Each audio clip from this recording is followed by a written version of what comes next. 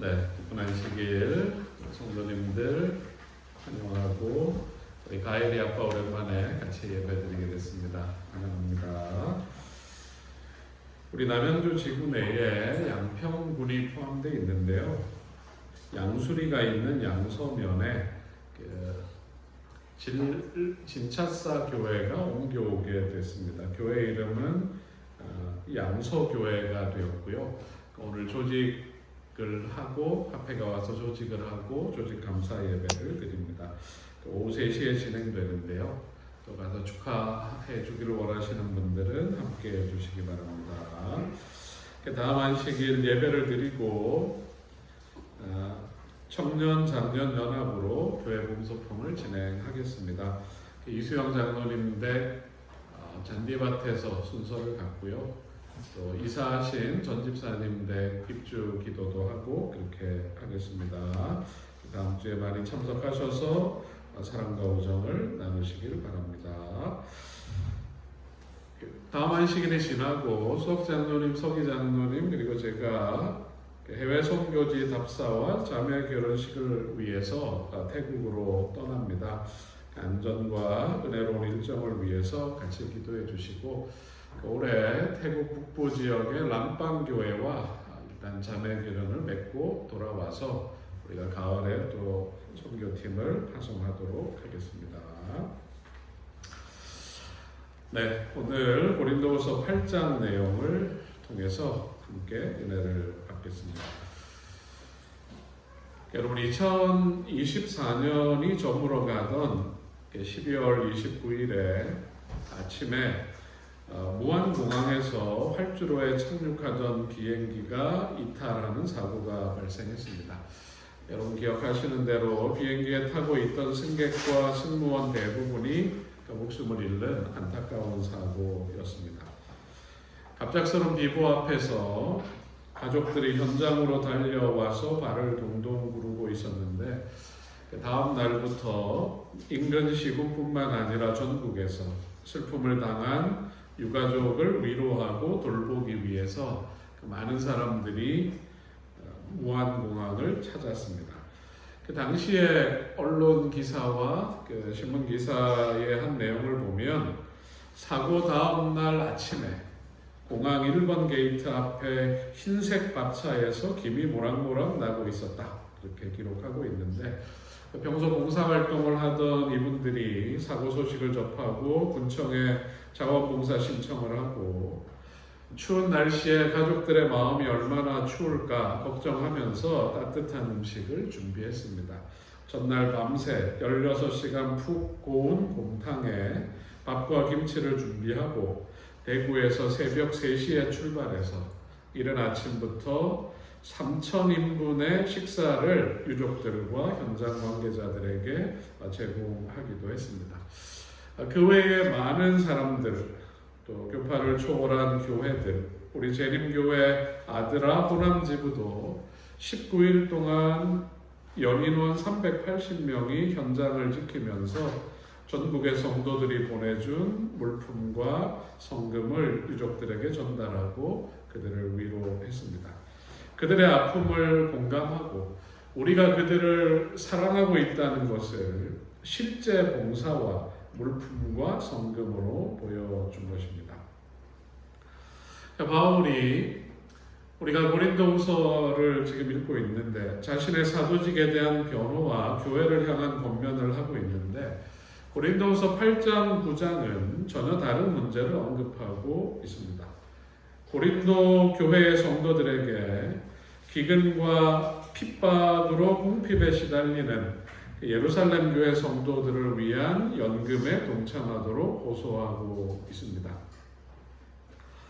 예루살렘 교회를 돕자 이 제안을 바울이 3차 전도 여행 때 에베소에 머물면서 소아시아에 있는 교회들과 유럽에 있는 교회들에게 이런 제안을 했고 각 교회들이 이 일에 적극적으로 동참하고 있었습니다. 하지만 문제가 많았던 고린도 교회는 구제하고 돕는 일을 멈추고 있었어요. 우리가 지난주에 7장의 내용을 살펴본 것처럼 이제 교회가 회복되었다면 교회는 교회가 해야 할 본연의 일을 해야 합니다. 바울은 회복된 고린도 교회가 잊지 말아야 할 중요한 교훈을 강조하고 있는데, 교회가 해야 할 중요한 역할을 이야기하고 있는데, 사랑의 진실함을 증명하라, 그런 제목으로 오늘 우리에게 말씀하시는 하나님의 음성을 듣도록 하겠습니다. 자, 1절, 2절을 같이 한번 읽어보겠습니다. 형제들아, 시작. 형제들아, 하나님께서 마게도냐 교회들에게 주신 은혜를 우리가 너희에게 말하노니, 환난의 많은 시련 가운데서 그들의 넘치는 기쁨과 극심한 가난이 그들의 풍성한 연보를 넘치도록 하게 하였느니라. 아멘. 우리가 고린도전서 후서를 연구하고 있으니까, 고린도전서는 어디에서 썼다고 했죠? 고린도전서는 어디에서 썼다고? 네, 뭐 어느 도시라도 찍어보세요. 한번. 제가 10번도 더 얘기한 것 같아서 일단 우리가 한번 그래도 고린도전서를 연구한 사람으로서, 고린도전서는 바울이 에베소에 3년 머무는 동안 처음에 고린도전서를 보냈어요. 그 다음에 고린도 교회를 향해 가다가 드로아를 지나고 어디에 멈추었다고요? 여기 1절에 나오잖아요. 마케도냐에 멈췄어요. 거기서 누구를 만났습니까? 디도를 만났어요. 그래서 여기서 두 번째 편지를 써서 보낸 것입니다. 자, 이제 다시 한번 질문을 드리겠습니다. 고린도전서는 어디에서 썼다고요? 네? 에베소. 고린도후서는 어디에서 썼을까요? 마케도냐. 예, 이러면 이제 상당한 수준의 여러분들이 성경 지식을 가진 것입니다. 그 얘기가 계속 나오고 있어서 한번 얘기를 했어요. 고린도전서 16장을 우리가 연구할 때에 매주 첫날에 각 사람의 수입에 따라 모아두어서 내가 갈 때에 갑자기 연보하는 일을 없게 하라, 그런 내용이 기억나십니까? 고린도전서를 기록할 때 바울이 어디에 있었다고요? 에베소에 있었어요. 에베소에서 어떤 제안을 했다고요? 예루살렘과 유대에 있는 형제들을 아시아와 유럽의 교회들이 돕자, 이 제안을 바울이 그곳에서 한 것입니다. 지금까지 우리가 예루살렘 교회로부터, 어머니 교회인 예루살렘 교회로부터 영적으로 또 여러 교사들을 통하여 지원을 받았기 때문에 이제 우리가 팔레스타인의 극심한 기근과 로마의 그 핍박과 압박 속에 있는 어려운 예루살렘 교회를 돕자, 그렇게 제안을 할 때에 소아시아에 있는 교회들이 흔쾌히 이 일에 동참했습니다. 바울이 고린도 교회에 편지를 쓰면서 편지 쓰는 김에 지금 갈라디아 지방에 있는 교회들이 이 일을 하고 있으니 고린도 교회 성도들도 이 일을 했으면 좋겠다. 그게 고린도전서 16장의 내용입니다. 바울이 에베소를 떠나서 드로아를 지나 마케도냐에 이르러서 디도를 만나고 고린도 교회 성도들이 자신이 보낸 편지의 권면을 받아들이고 회개하고 회복되었고 바울과의 만남을 사모한다는 소식을 듣고 바울이 이제 마음이 기뻤어요. 온통 고린도 교회만 생각하고 있었는데 바울의 머리에서 어느 교회가 다시 떠올랐을까요? 예루살렘 교회가 떠오른 것입니다. 다시 예루살렘 교회가 생각났어요. 그래서 고린도후서 8장의 형제들아, 그리스도인들은 예수님 안에서 한 형제된 사람들입니다. 예수님 안에서 서로 아끼고 사랑하는 형제들은 서로를 위해서 나누고 베푸는 일을 즐거운 마음으로 할 수 있는 사람들입니다. 바울은 지금 그가 머물고 있는 마케도냐 지방의 여러 교회들이 보여준 그 모본을 말하고 있습니다. 그리고 고린도 교인들이 다시 어려움 중에 있는 예루살렘 교회를 생각하고 연보를 모으는 일에 동참하기를 촉구하고 있는 것입니다. 자, 2절 보시면 환난의 많은 시련 가운데서 그들의 넘치는 기쁨과 극심한 가난이, 기쁨이 넘치고 가난이 극심하면 연보를 많이 할 수 있을까요? 없을까요? 그런데 넘치는 기쁨과 극심한 가난이 그들의 풍성한 연보를 넘치도록 했다. 마케도냐 지방의 교회들이 이 일을 한 것입니다. 마케도냐는 여러 요인 때문에 지금 아주 극심한 가난, 지독한 궁핍을 겪고 있는 지역입니다. 이 지도를 보시면 로마 내에서 내전이 3번 있었어요. 첫 번째 카이사르와 폼페이우스 사이에 전쟁이 있을 때 치열한 전쟁터가 마케도냐 지방이었습니다. 카이사르가 죽고 집정관들과 브루투스와 카시우스 사이의 전쟁도 이 지역에서 펼쳐졌고, 마지막으로 옥타비아누스와 안토니우스 사이의 전쟁도 이 지역에서 일어났어요. 역사의 기록을 보면 마케도냐 사람들이 이런 상황 속에서 그들의 형편이 매우 힘들었기 때문에 황제 티베리우스에게 우리의 세금을 감면해달라, 그런 탄원서를 보낸 기록도 있습니다. 초기 그리스도인들은 마케도냐 사회에서도 어려운 처지에 있었고, 이런 사회적으로 전쟁이 계속 일어나므로 극심한 어려움을 경험하고 있었습니다. 이런 힘든 상황 속에서 마케도냐 성도들이 보여준 헌신, 그들이 경험하는 충만한 은혜가 있음을 그들이 증거하고 있는 것입니다. 자, 이 8장 1절에 대한 성경 주석을 같이 한번 읽어보겠습니다. 그리스도인은, 시작. 그리스도인은 하나님의 각양 은혜를 맡은 선한 청지기가 되어야 한다. 더욱이 그리스도인은 하나님의 은혜로 말미암아 자신이 소유한 것들의 청지기이기도 하다. 다른 사람들에게 주고자 하는 마음은 하나님이 불어넣으신 재능이며 따라서 하나님의 은혜의 특별한 증거이다. 후한 정신은 자원하여 자선을 베풀 통로를 찾는다. 누군가에게 나눌 수 있는 마음, 그 마음이 쉬운가요? 어려운가요? 근데 어느 순간 그게 되기 시작해요. 누가 불어넣어 주셨다고요? 하나님께서 불어넣어 주신 증거이고, 그 사람 마음 가운데 하나님의 은혜가 있다는 증거이다. 초대교회는 오늘날 교단처럼, 우리 재림교회처럼 제대로 된 조직을 갖추지 못했지만, 우리가 사도행전 그리고 바울의 편지서들을 읽어보면 믿음 안에서 한 형제된 교회들이 자급 사역을 하는 사역자들을 지원하고 어려운 지역과 교회를 돕는 일에 여러 지역에 흩어져 있는 교회들이 협력하는 모습을 볼 수가 있습니다.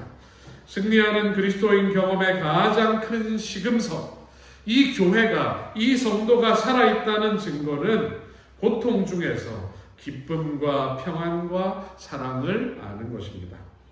핍박받으면서 궁핍한 중에 누군가를 향한 관대한 마음과 행동을 하기가 어렵습니다. 하지만 마케도냐 성도들은 비록 그들의 상황이 녹록지 않았지만 그들에게는 그리스도 안에서 경험하는 기쁨이 넘치고 있고, 그 기쁨은 관대함으로 나타났어요.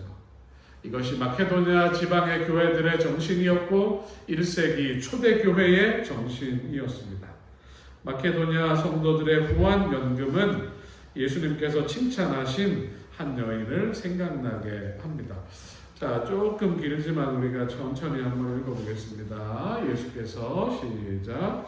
예수께서 헌금함에 대하여 만지사 우리가 어떻게 헌금함에 돈 넣는가를 보실세. 여러 부자는 많이 넣는데 한 가난한 과부는 와서 2렙돈 곧 한 고드란트를 넣는지라. 제자들을 불러다가 이르시되 내가 진실로 너희에게 이르노니 이 가난한 과부는 헌금함에 넣는 모든 사람보다 많이 넣었도다. 그들은 다 그 풍족한 중에서 넣었거니와 이 과부는 그 가난한 중에서 자기의 모든 소유 곧 생활비 전부를 넣었느니라 하시니라. 예수님이 여인을 칭찬하시는 기준이 뭔가요? 액수인가요? 두 렙돈은 한 2불 정도 돼요. 한 2, 3천 원 되는 금액입니다. 예수님은 그녀의 믿음, 그녀의 진실한 마음을 칭찬하셨던 것처럼 바울이 고린도 교회 성도들을 권면하면서 마케도냐 형제들이 가지고 있는, 마케도냐 교인들이 가지고 있는 형제 사랑이 가득한 마음을 칭찬하고 있습니다. 마케도냐 지방에서 연금이 많이 모아지지 않아도 그 지방의 교회들을 비난할 사람은 아무도 없어요. 하지만 그들은 기쁜 마음으로 예루살렘에 고통받고 핍박받는 성도들을 위하여 그들의 마음을 표현한 것입니다. 그들의 정신에는 주님의 사업에 대한 온전한 자기 헌신과 자기 희생이 포함되어 있습니다. 마케도냐 교인들은 예루살렘 형제들의 필요를 마치 나의 필요인 것처럼 여겼어요. 그리고 그 일에 우리가 동참하는 것에 대한 감사한 마음이 있었습니다. 자, 5절 말씀을 같이 한번 읽어보겠습니다. 우리가 바라던 것뿐 아니라 그들이 먼저 자신을 주께 드리고 또 하나님의 뜻에 따라 우리에게 주었도다. 그들은 누구라고요? 마케도냐 지방의 교인들입니다. 그들이 먼저 자신을 주께 드리고 또 하나님의 뜻에 따라 우리에게 예루살렘에 전달하라고 연보를 모아준 것이다. 바울이 진심으로 감동하고 있습니다. 바울이 마케도냐에 머물면서 그 지방 교회들에게 예루살렘을 돕자 그렇게 얘기했을 때 기대했던 것보다 지금 현재 상황을 볼 때에 이 정도 연보가 나오면 안 돼요. 풍성한 연보가 나온 것에 대하여 바울이 감동하고 있습니다. 그들은 하나님께 온전히 헌신한 사람들이었고 형제를 돕는 것이 의무가 아니라 우리의 특권이다 그렇게 생각하고 있는 사람들입니다. 고린도 교인들과 모든 시대의 그리스도인들에게 보여준 마케도냐 교인들의 모범은 주는 사람이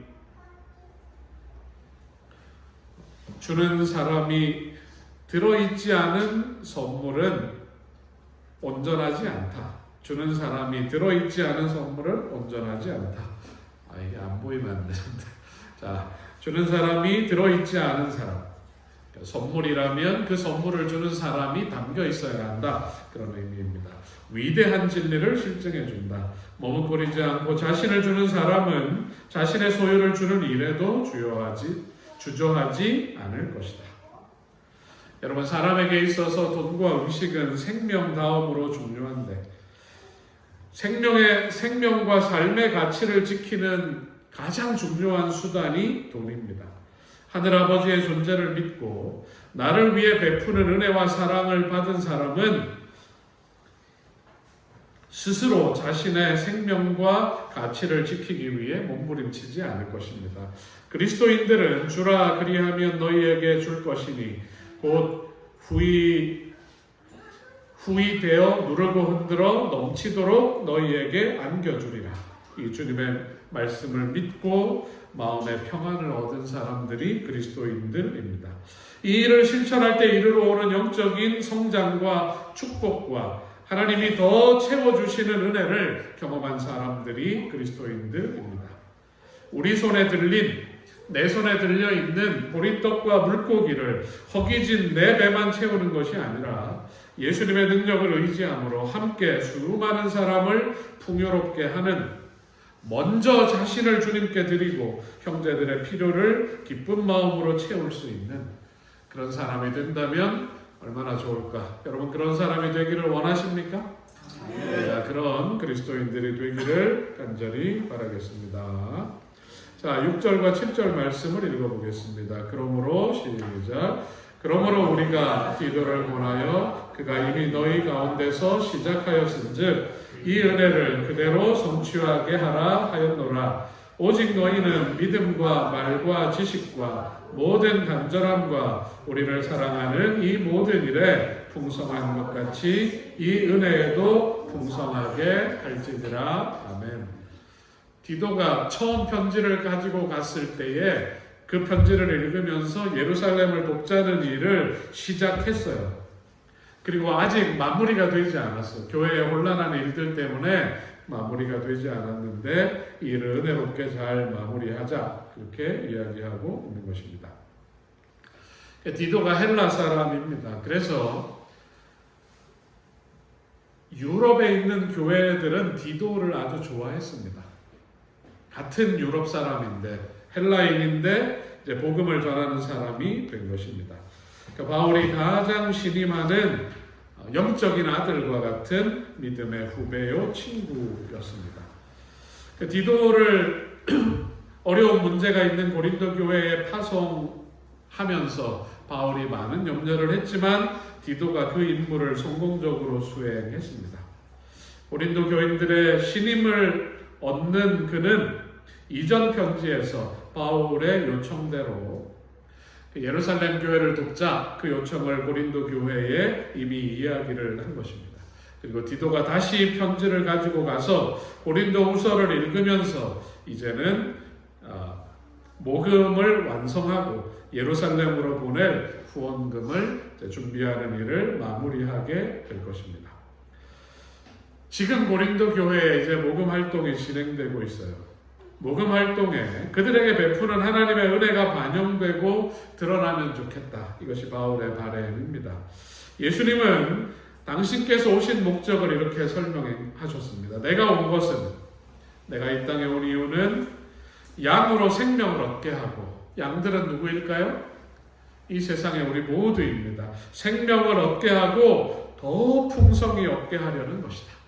예수님이 오셔서 우리가 영원한 생명을 회복할 뿐만 아니라 우리 마음의 부요함과 풍요로움을 회복시키기 위하여 예수님이 이 땅에 오셨다고 말씀하십니다. 예수를 믿음으로 구원을 얻고 하나님과 연결됨으로 우리의 마음에 넉넉하고 풍성한 삶을 살게 되는 것입니다. 여러분, 인터넷 익명 게시판에 종종 이런 글이 올라와요. 부유한 집에서 사랑받고 자란 애들이 부럽다. 혹시 여러분 중에 부잣집에서 자란 분이 계십니까? 그 글들을 읽어보면 내용이 이래요. 넉넉한 집에서 충분한 사랑을 받고 자라서 성격도 둥글둥글하고 남들에게 베푸는 것도 잘하고, 그래서 좋은 사람 만나고 하고 싶은 것 하고 배우고 싶은 것 배우고 어렵지 않게 도전하고 혹 실패해도 털고 일어나서 새롭게 도전할 수 있고 언제나 선순환이 되고 밝은 기운이 모이는 그들이 부럽다. 이런 글들을 써놓기도 합니다. 여러분, 가만히 한번 생각해 보세요. 그리스도인들은 온 우주에서 가장 부요하신 하늘 아버지를, 하나님을 아버지로 모신 사람들이라고 말할 수 있습니까? 우리는 가장 부요하신 분을 아버지로 두고 있는 사람들입니다. 그리스도인들은 바울의 표현처럼 이 모든 일에 우리가 풍성하게 되었다. 그리스도인들은 아주 균형지게 성장해 갈 것입니다. 그러니까 믿음이 좋다는 것은 신앙생활을 오래 해서 사람들에게 감화를 끼치는 그리스도인들의 마음속에는 풍요로움과 넉넉함과 사랑이 있는 것입니다. 신실한 그리스도인들은 마음을 가득 채우는 하늘의 은혜가 있고, 마음을 채운 이 은혜는 외적인 표현과 봉사를 통해 드러나게 될 것입니다. 안정적이고 균형 잡힌 모습으로 다른 사람을 위로하고 도울 수 있는 사람이 되어, 내가 많이 가져서가 아니라 그렇게 할 수 있는 능력이 그리스도인들에게 생기는 것입니다. 바울은 고린도 교회 성도들에게 진실한 그리스도인들은 모든 일에 풍성한 것처럼 예루살렘과 유대의 형제들을 돕는 일에도 넓은 아량을 여러분들이 베풀어 주기를 바란다고 호소하고 있습니다. 자, 8절 말씀 같이 한번 읽어보겠습니다. 내가 명령으로 하는 말이 아니요 오직 다른 사람의 간절함을 가지고 너희의 사랑의 진실함을 증명하고자 함이로라. 오늘 말씀의 제목입니다. 너희의 사랑의 진실함을 증명하라. 바울이 사도의 권위로 강요하기보다는 그들의 마음을 가득 채운, 그리고 마케도냐 성도들의 마음을 가득 채운 형제 사랑의 정신이 고린도 교회 성도들에게도 있기를 원한다. 기쁜 마음으로 자원해서 드리는 그 연복, 기쁜 마음으로 나눌 때 느끼는 기쁨을 너희들도 맛보라고 호소하고 있습니다. 마케도냐 성도들이 그들의 사랑이 진실하다는 것을 보여준 것처럼 고린도 교회 성도들도 그들 이상의 진실함과 사랑이 있음을 바울은 믿고 있습니다. 실제 예루살렘과 유대 지방은 도움이 필요했고 마케도냐 지방 성도들의 아름다운 모습이 고린도 교회 성도들, 고린도 교회는 잘 사는 사람들이 많아요. 부자들이 많은 교회입니다. 고린도 교회 성도들의 마음에도 좋은 감화가 되도록 하나님께서는 어려운 지역인 마케도냐 성도들의 그 아름다운 모습이 그들에게 선한 감화를 끼치도록 역사하고 계시는 것입니다. 사랑의 진실함을 증명하라. 한번 따라해 보겠습니다. 사랑의 진실함을 증명하라. 그리스도인들은 그들의 삶을 통해서 내 속에 하나님이 계심을 증명하는 사람들입니다. 그리스도인들은 죄인을 위해서 당신의 목숨을 내어주는 자비와 긍휼이 충만한 아가페 사랑이 있다는 것을 증거하는 사람들입니다. 이제 다시 교회의 본질과 사랑의 의미를 회복한 고린도 교회에도 그들이 회복되었고 참된 사랑이 우리 교회 안에, 우리들 안에 있다는 것을 예루살렘과 유대 형제들을 돕는 실천으로 보여주게 될 것입니다. 여러분, 우리가 4년째 해외 선교지를 후원하는 일을 진행하고 있습니다. 해외 선교지를 돕는 과정에 참여하시는 분들, 또 초신자들을 초청해서 그분과 함께 그곳에 가서 우정을 쌓고 직장에서 받은 스트레스를 때때로 또 필드에 나가서 풀기도 하고 개인적으로 영적 성장을 이루기도 합니다. 하지만 가장 중요한 본질은 우리가 구성원이 많고 넉넉한 교회여서 그들을 돕는 것이 아니지만 우리보다 선교가 힘든 지역에 있는 형제들에게 비록 나라는 다르지만 그리스도 안에서 우리가 형제이고 그들을 위해 기도하고 사랑을 나누는 형제 자매가 있다는 것을 그들에게 알리는 것입니다. 그리고 그들에게 힘과 용기를 주는 것이 이 일을 하는 본질적인 이유입니다.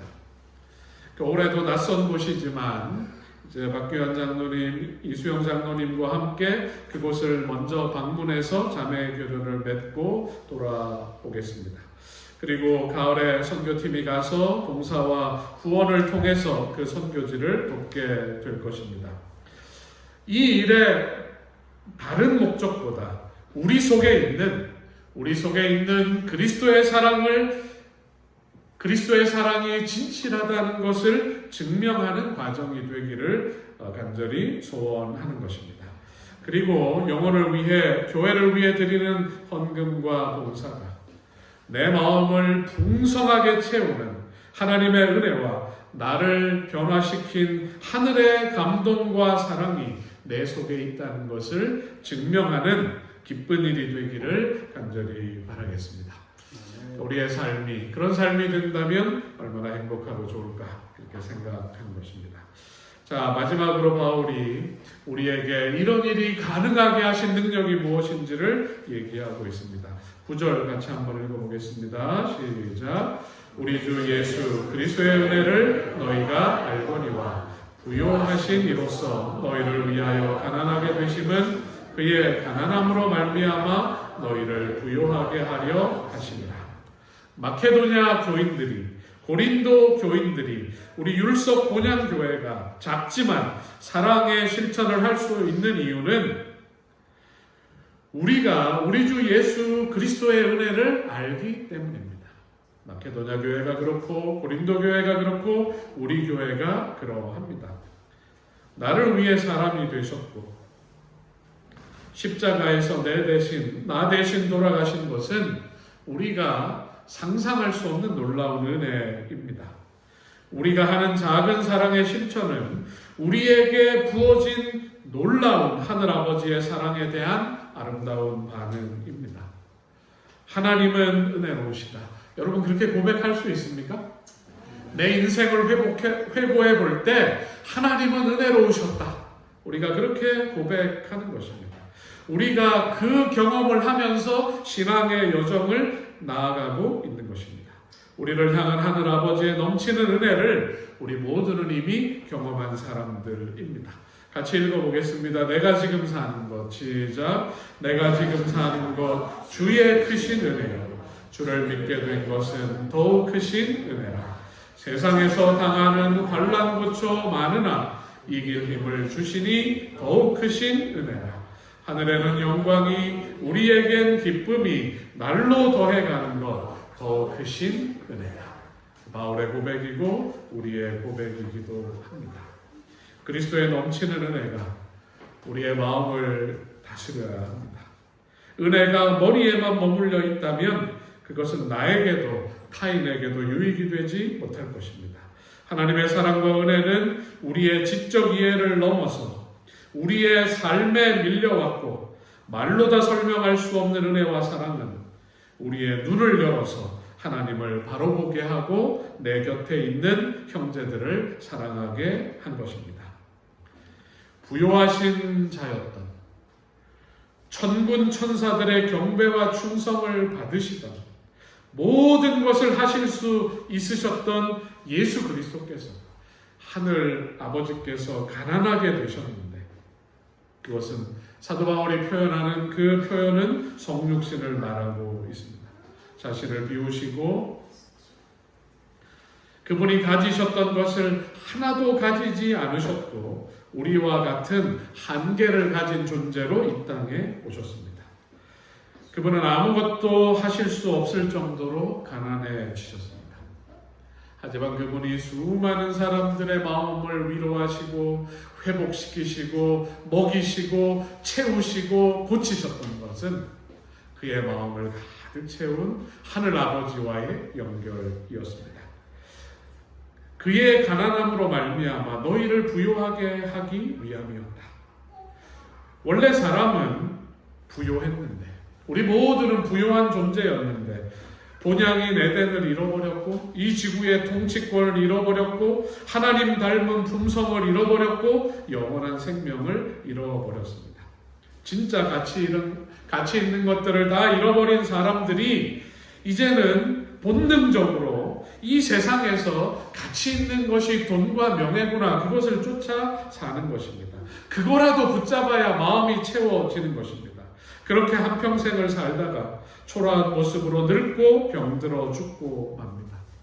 잃어버린 것이 무엇인지도 모르고 살아가는 인류를 위해서 하나님께서 가난한 모습으로 우리 곁에 오신 것입니다.